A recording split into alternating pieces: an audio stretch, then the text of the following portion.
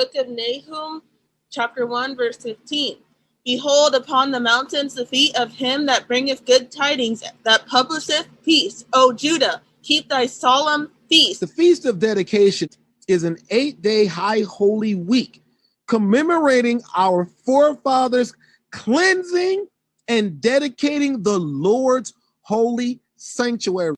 The origins of this feast begin with the prophecies in Daniel chapter 8, which discusses the beginning of the Greek Empire and the prophecy of Alexander the Great, otherwise known as Alexander the Freak, a powerful ruler that had the dark-skinned nations in subjection to him during his reign.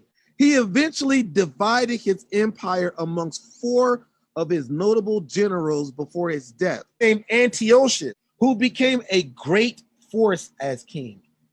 King Antiochus eventually defeated the Israelites in war and indoctrinated them with his religion and philosophies. He enforced laws that prohibited Israel's observance of holy gatherings and daily sacrificial practices in the Lord's sanctuary.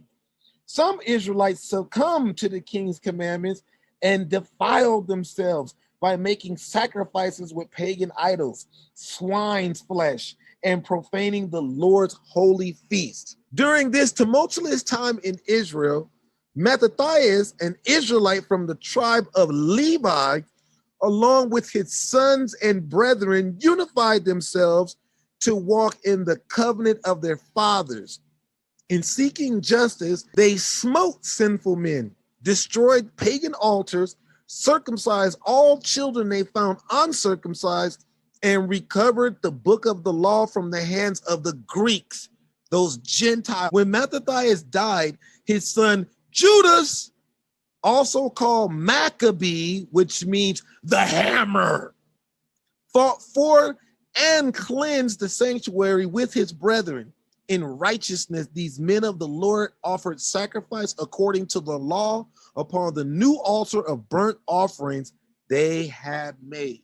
That the days of the dedication of the altar should be kept in their season from year to year by the space of 8 days, from the 25th day of the month Caslu, and with mirth and gladness. The opening and closing of this feast are to be kept as Sabbaths, where there is no working, buying, or selling. Cooking is permitted for these particular Sabbaths, both the first and the last day of the feast.